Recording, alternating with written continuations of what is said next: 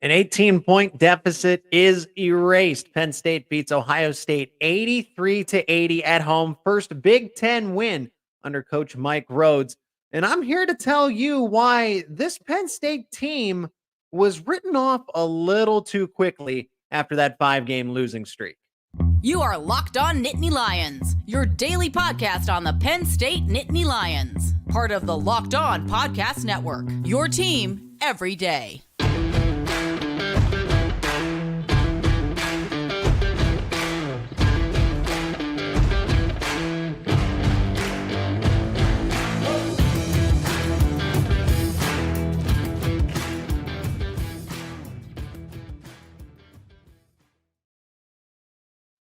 And that is right. You are Locked On Nittany Lions. Thanks so much for making us your first listen and watch every single day. We are free and available wherever you get your podcast. Part of the Locked On Podcast Network. I'm your host, Zach Seyko, bringing you all things Penn State Nittany Lions. Today's episode is brought to you by PrizePicks. Go to prizepicks.com/LockedOnCollege and use promo code LockedOnCollege for a first deposit match up to $100. PrizePicks, daily fantasy sports made easy. Whoa. What a roller coaster of a game. It's the 5-game losing streak. It's tough, especially when you're coming off of a home loss to Bucknell that you have to somehow be able to rebound from against Maryland. You don't do it, but you show some signs of improvement.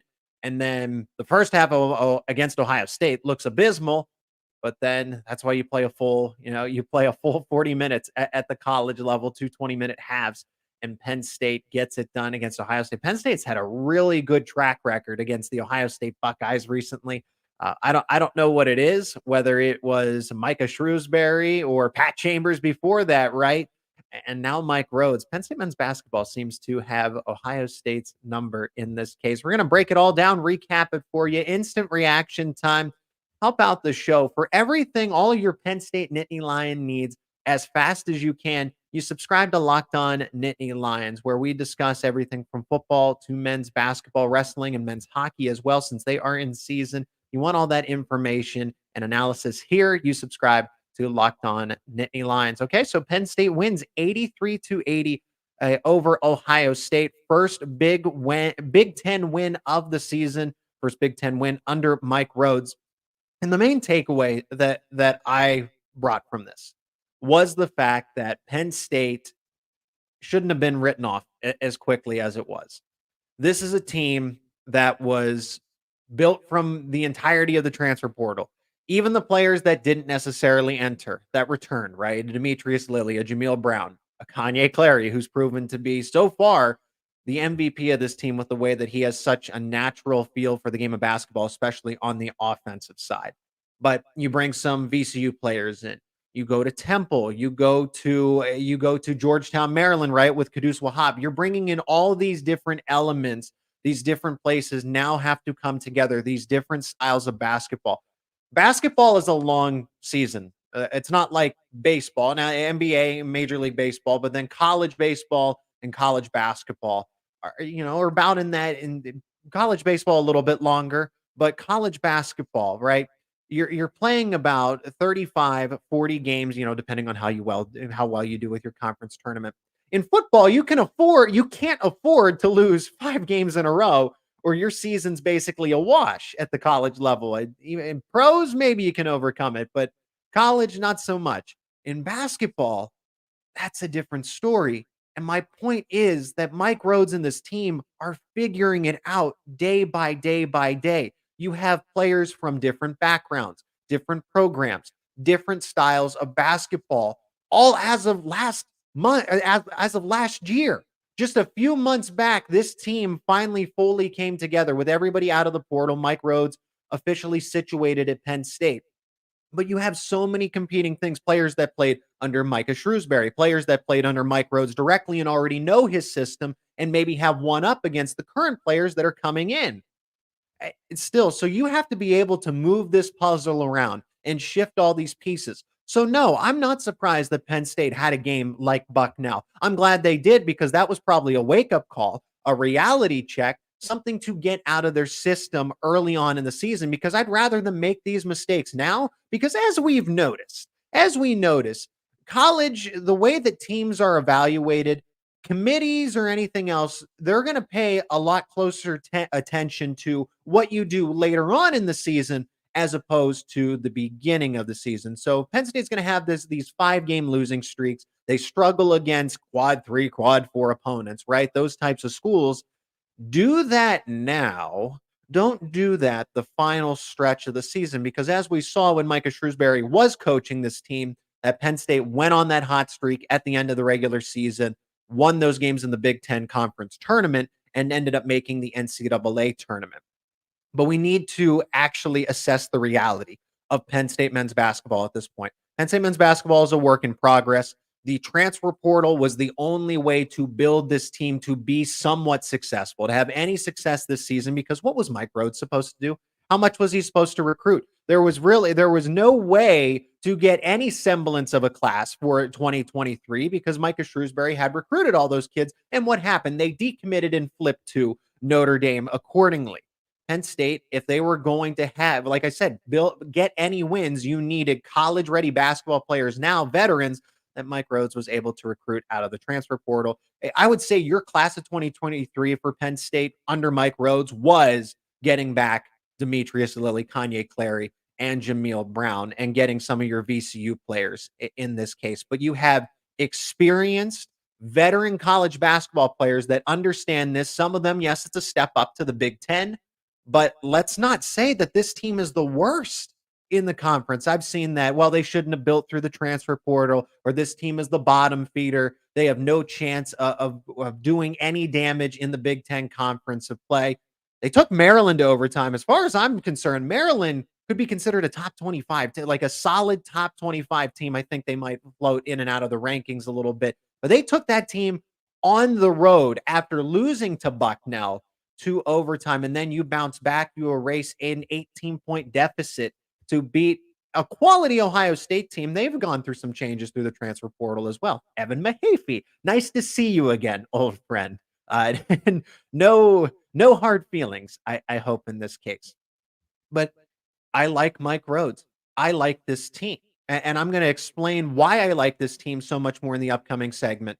But Penn State is a team that looks like they rally behind Mike Rhoades. They believe in him. He's a good leader. So while this team is probably going to be trying to crack the top 10 of the conference this year, that's what they are in reality. They are a fringe top 10 Big Ten team this season. But they're not bad. They're not terrible. They just got to figure out how they all gel together. The chemistry. As we've noticed, look at guys like DeMarco Dunn, for example, gives you a quality, solid 20 minutes tonight, is an effective scorer. And then other games playing single-digit minutes, right? Everybody, Leo O'Boyle not playing much to begin. And then today, 4 3-pointers made, 15 points. It's a work in progress, and that's why you play a full season of basketball. You can make quick judgments, make those assessments, say, hey, this team is struggling in these spots, but to make a blanket assessment and say that, no, this team's not competitive, no, this team can't be a heavy participant in the Big Ten, and forget about the NCAA tournament. In the offseason, I said with the talent that they were bringing in, this is a team that can go on a late season run. They're going to need a performance in the Big Ten tournament like no other, probably making it to the championship game again, where it helps out the resume, beating teams that they're not supposed to if they want to crack one of those double-digit seeds in the NCAA tournament. That is the ceiling. The basement, it's not being the worst team in the Big Ten. The basement is, finishing under 500 in the Big Ten and just not really being a threat to steal a bid or one of those last second spots, one of those last 4 into the NCAA tournament. Now what in reality is Penn State going to navigate here? Well, that's what I'm going to discuss in the upcoming segment, why I like this Penn State team and why they can be competitive inside of the Big Ten Conference. Before we get to that, let's hear from one of our sponsors on today's episode, and that is PrizePicks. PrizePicks is the largest daily fantasy sports platform in North America. The easiest and most exciting way to play DFS. It's just you against the numbers. Instead of battling thousands of other players, including pros and sharks, you pick more than or less than on a 2 to 6 player stat projection and watch those winnings roll in. If you have the skills, you can turn $10 into $250 with just a few taps. PrizePicks is really simple to play. You can make your picks and submit your entry in less than 60 seconds. Quick withdrawals, easy gameplay, and an enormous selection of players and stat types are what makes PrizePicks the #1 daily fantasy sports app. With the PrizePicks reboot policy, your entries will stay in play even if one of your players gets injured. For NFL games, college football top 25 matchups, if you have a player that exits in the first half and does not return in the second half, that player is then rebooted. PrizePicks is the only daily fantasy sports platform with injury insurance. So now what do you got to do? You go to prizepicks.com/lockedoncollege with promo code lockedoncollege, and you get a $100 first deposit match up to $100. PrizePicks.com/lockedoncollege with promo code lockedoncollege for a first deposit match up to $100. PrizePicks, daily fantasy sports made easy. And the Locked On Podcast Network is proud of this one, launching the first ever 24/7 streaming channel on YouTube. Locked On Sports Today is here for you. It's 24/7 covering the top sports stories of the day with the local experts of Locked On, plus the national shows covering each and every league. Go to Locked On Sports Today on YouTube and subscribe to the first ever national sports 24/7 streaming channel. I do like this Penn State team. I like them a lot. Are they going to have their shortcomings here and there? Absolutely, because they're finding a way to gel together. But let me tell you what I like about the aspects of this team. I'll start with Kanye Clary and Ace Baldwin because you need two playmakers. I thought Ace Baldwin was going to come in and be the face of the team because he was Mike Rhoades' guy. He was at VCU, right? He was the A10 all-conference player of the year, right? And he comes in, and it's Kanye Clary's team to this point. With the way that Kanye Clary's been scoring, been handling the minutes, he's received a lot of high praise. I feel like Ace Baldwin is kind of adjusting to a system where other people can be the main person, can be the main guy. And Kanye Clary, I think, has handled it very well. Nobody is being a ball hog or anything like that. But so far, I've been impressed with how good Kanye Clary has been. Mike Rhoades able to convince him to stay because I wonder what he would have done at Notre Dame had he followed Micah Shrewsbury. Who knows how those conversations went? Maybe Kanye Clary found Mike Rhoades a little more appealing as a coach than Micah Shrewsbury. Who knows? I don't. But I'm here to say that Kanye Clary is benefiting quite a bit. I mean, in this game against Ohio State, you're the leading scorer, and to have the compliments that you had from O'Boyle and Dunn, but the leading scorer for Penn State at 19, leading scorer for the game, and the signs were there from the preseason scrimmages and everything else that Kanye Clary was going to be a focal point in this offense. He's handling the workload. He's handling the responsibility. He has grown up so much in a year's time. I like this team because you have not one, but two guys. So when Ace Baldwin doesn't have his best night, now what he did, instead of lamenting the fact that, okay, Kanye Clary is at 19 points, the sophomore's outscoring you, right? I'm not saying there's any of that. That's not what I'm implying. But instead of it being that case, Ace Baldwin's a veteran player. So where he's not the main scorer, the leading scorer in this case, what does he do? He plays savior with the three-point ball and the made shot late in the game to give Penn State that lead at the end of the game against Ohio State. That is where your star players can come alive, because even when they're not lighting up the box score, when they're doing those kind of heroics, so these two are complementing each other. And that's going to segue into my next point, because like the dynamic between Kanye Clary and Ace Baldwin, what I like about this team is the depth. This team has so many good veteran players. You can go anywhere on the roster, and if it's not Puff Johnson's night, because tonight it certainly wasn't. He only had 1 point, but that's what I mean. Tonight it's not Puff Johnson's night, but maybe in a week's time, or maybe even the next game, for crying out loud, it might be. But it could be Qudus Wahab's night. It can be Ace Baldwin's, Kanye Clary's. Today it was DeMarco Dunn, Leo O'Boyle. One night it's going to be Raquandis Mitchell's night, right? You have so many players that can come alive at any given moment. You don't have to overly rely on one player to get the job done. Teams can't game plan for that. Opponents can't game plan for that. So Kanye Clary might not have it on a given night or on a given Saturday, but hey, Ace Baldwin does, and he's pretty good at it too. So you almost have to pick your poison. And you can't predict which player is going to get hot. It could be a Nick Kern. It could be a Zach Hicks. Do you get what I'm saying here? I just named almost the entire roster, with the exception of some guys that aren't really playing right now, okay? In the case of Jameel Brown and Demetrius Lilly, but guys who have seen their minutes kind of fluctuate a little bit, or the guys that have been consistent starters, any of them can go off. Wahab could get you 15 rebounds. How do you game plan for that? Or Kanye Clary attacking you from the mid-range, inside of the paint. The outside shooters in Zach Hicks, Puff Johnson. This team is extremely dynamic. Good luck trying to predict what game plan Mike Rhoades is going to roll out with in the beginning, but also what he can adjust to on the fly. And that's exactly what happened. Penn State made adjustments at halftime, and you saw the 18-point deficit evaporate. So that's where Penn State can beat other teams. Not every team in the Big Ten is going to be predictable, but let's take the likes of Purdue. Purdue is going to be very predictable. If you can shut down Zach Edey, you have an easier time at beating Purdue. That's a fact, even though that's very difficult to do. Shut down Ace Baldwin and what? Exactly. Kanye Clary's still on the team. Puff Johnson can get hot at any moment. Zach Hicks. Today it was Leo O'Boyle. Today it was DeMarco Dunn being those complimentary scorers. I hope people are understanding my point that this team is diverse with not only its players, but its skill sets. The skill sets that they can do a little bit of everything. Wahab and Johnson can clean up the glass. Johnson and Zach Hicks, and we've seen that Ace Baldwin and Kanye Clary can shoot it as well. Perfect going into my third point, and the three-point ball is my third point here. Penn State, any of those guys can shoot, the exception of Wahab, but Jameel Brown, DeMarco Dunn, Raquandis Mitchell, Ace Baldwin makes the game, the game-changing three-pointer late in the game. Kanye Clary, not afraid to shoot it. So if someone is not having a good night, the chances of Penn State, all of the shooters going cold on this team, is very unlikely. One of them is going to get warm. One of them is going to find a hot streak in this case. Today, it was Leo O'Boyle. And that's what I like about this Penn State team.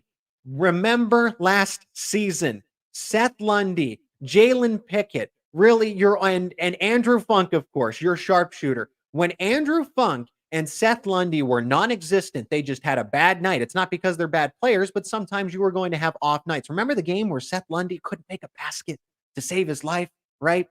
Penn State last year lived and died by how well Andrew Funk and Seth Lundy shot the ball, and maybe some complimentary shooting from Jalen Pickett. But that's all that Micah Shrewsbury team had. Mike Rhoades saw that and went and made sure that he got a plethora of different shooters. Puff Johnson, Zach Hicks, Ace Baldwin, Kanye Clary, Jameel Brown if you really need him, Leo O'Boyle. These guys can all shoot the basketball from any spot of the arc and the mid-range and play close to the paint. So that's why I like this. That's why I really like this Penn State team. I think that they have a lot of good complementary skill sets. It's just figuring out where do they play? Who do you give the minutes to? What do you do? Because I don't want to criticize Leo O'Boyle so much because he had 15 points and some of the best shooting down the stretch. But defensively, he's okay. He's not that great defensively. So you have to be able to figure all that out. And Mike Rhoades is only going to figure that out in due time as a good coach. I hope he's a great coach, but right now as a good coach, you got to figure out where your players are best suited. Should this guy get 20 minutes tonight? Should he get 30 minutes based on the matchup, right? This guy's cold. Do I bench him, or is he going to get warmer and go on a hot streak later in the game? It's about figuring that out. But Penn State has 10 players that it can turn to. And yes, some of them are better than others, of course, but you're going to get a lot of good complementary play on any given night from a deep, deep roster. You just have to figure out the chemistry. You have to figure out where they gel together. And that's why Penn State had a bad first half, but they had an exceptional second half on their way to a victory. Let's actually look at the box score and talk about that. Impressions of what to make. Puff Johnson only having 1 point, Leo O'Boyle having 15 in 25 minutes. A lot to like, as they are now with one win. They have one win in conference play. They are 1-1 in the Big Ten. We'll look a little bigger picture here with the game itself on the other side. So let's hear from another one of our sponsors on today's episode, and that is eBay Motors. Passion, patience. It's what brings home the winning trophy, and it's also what keeps your ride or die alive. eBay Motors has everything you need to maintain your vehicle and level it up to its peak performance, from superchargers, roof racks, exhaust kits, LED headlights, and more. Whether you're into speed, power, or style, eBay Motors has got you covered. With over its 122 million parts for your number one ride or die, you'll always find exactly what you are looking for. And with eBay Guaranteed Fit, your part is guaranteed to fit your ride or your money back. Because with eBay Motors, you're burning rubber, not cash. With all the parts you need at the prices you want, it's easy to turn your car into the MVP and bring home that win. Keep your ride or die alive at ebaymotors.com. Eligible items only, exclusions apply. eBay Motors, eBay Guaranteed Fit, only available to U.S. customers. And in this final segment, the game itself, 83-0. I feel like the takeaways are more important to put at the beginning of the show, but let's look at the box score itself as Penn State wins 83-80 over Ohio State. Now, this Ohio State team built a little bit through the transfer portal as they lost some players to the draft, right? The Buckeyes, a quality team, 8-2 entering this one, or 8-1, I should say, entering this one. And then they lose to Penn State. Penn State back at 500 overall and 500 in the Big Ten. But getting a guy like Jamison Battle, who was the unsung hero, I guess maybe the sung hero at Minnesota, because those were some bad Minnesota teams that he was on. But Jamison Battle, a very talented player and someone that you would want to land out of the transfer portal. That's why the Buckeyes are going to be a force in the Big Ten as a whole. And it's really difficult to predict just exactly how the Big Ten will finish, especially with games like this, right? You think Penn State should be written off. Well, no, they shouldn't. They didn't write back tonight in this case. I'll steal that one from Geno Smith. But let's look at the box score. Kanye Clary scoring 19 points. Ace Baldwin with 9. And a little rough from 3, only 1 of 5. But that's where other players can make up. Leo O'Boyle, 4 of 5 from 3-point range. DeMarco Dunn, 2 of 4 from 3-point range. After DeMarco Dunn hasn't really been playing all that much, or playing at least consistently. Had 1 minute logged in the game against Maryland in overtime, 11 minutes against Bucknell, 8 against the likes of Texas A&M.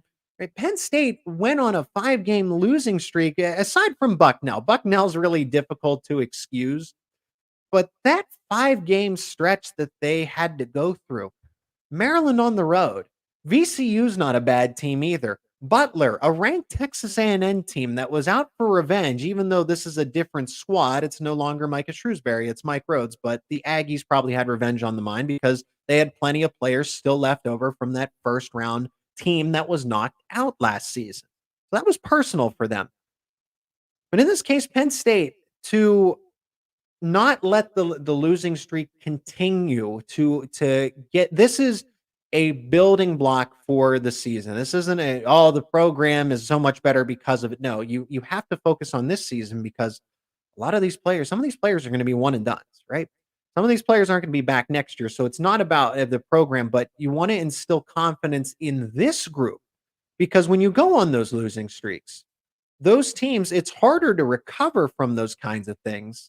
And then because these guys haven't played together, then chemistry can really go out the window, and then you don't try to gel at all, because it's like, well, is it worth it at this point? The season's coming to an end, but Penn State kind of exercising these demons early and often in the season. And it's not like they just beat a middle of the pack Big Ten team. They beat a quality Buckeyes team at home.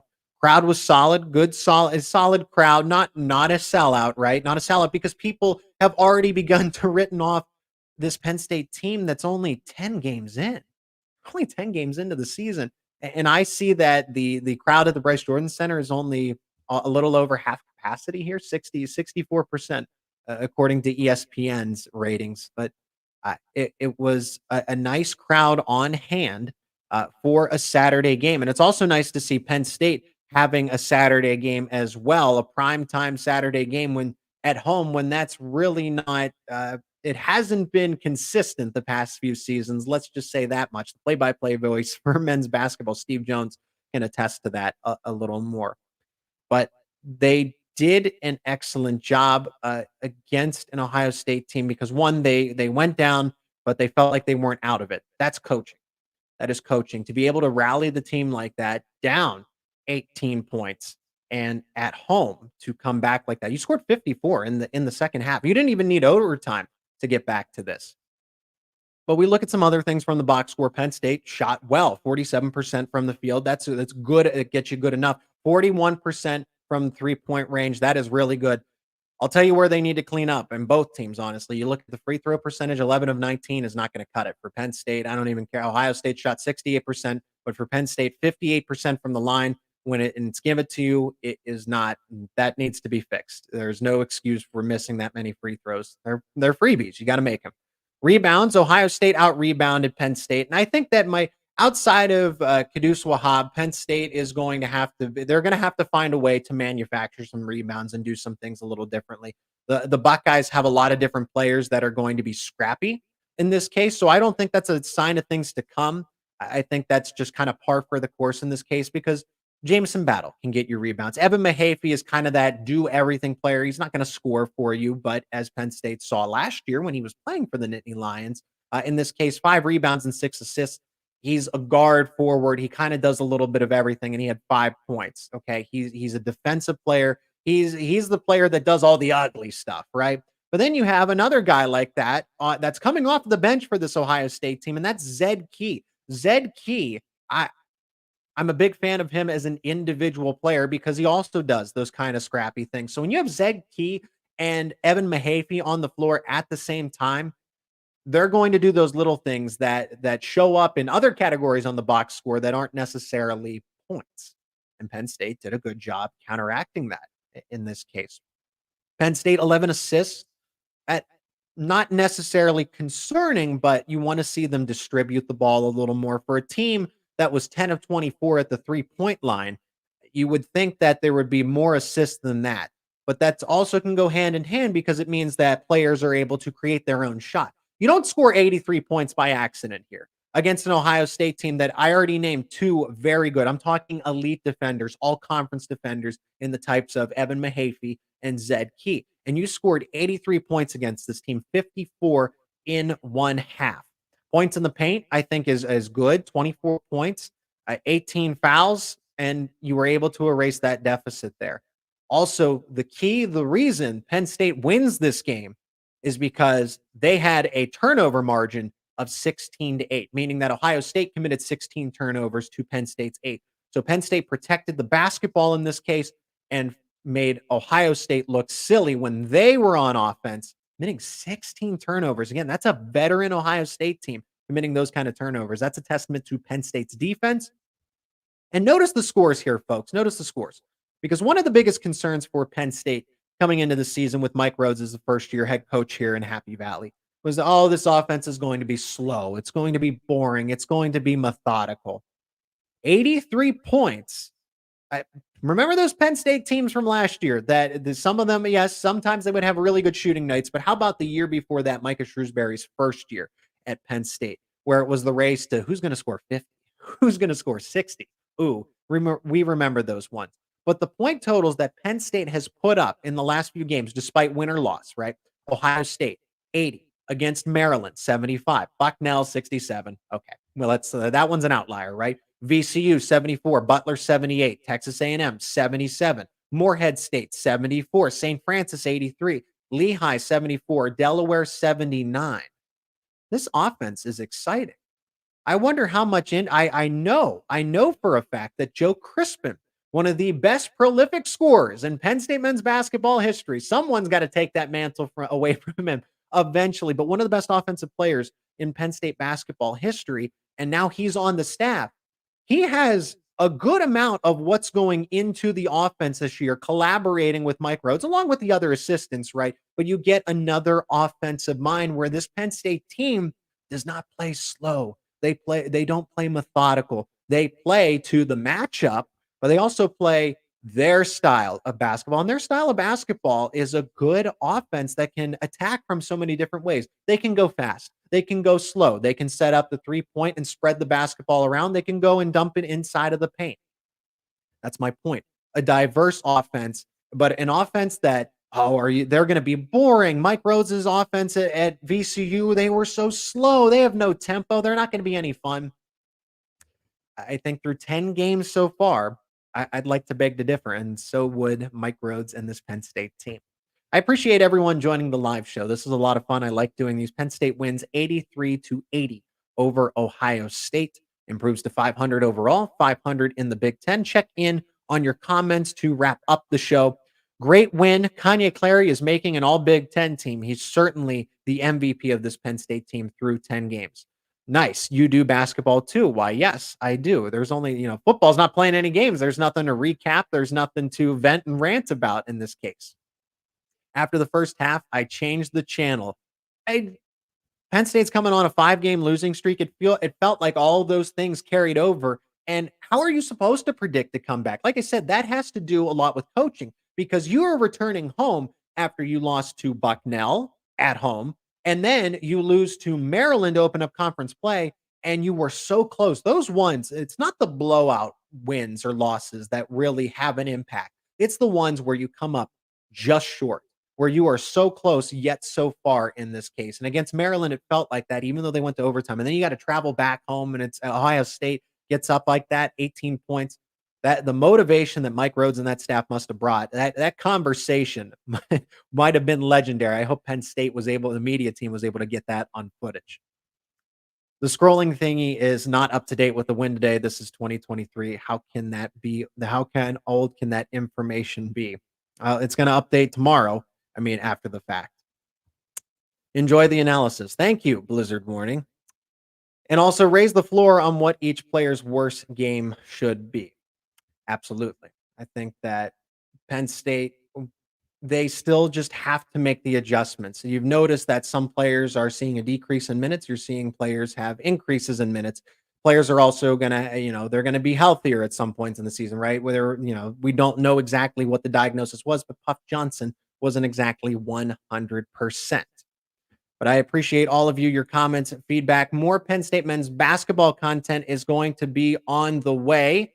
And Penn State football, we saw Theo Johnson opt into the draft, but as we talked about on the show, is going to play in the bowl game. So we were anticipating that. Manny Diaz officially the head coach of Duke. Riley Thompson coming back to Penn State. So some good news, some bad news. Defensive coordinator search still going on. We're going to have all those discussions and more here on Locked On Nittany Lions.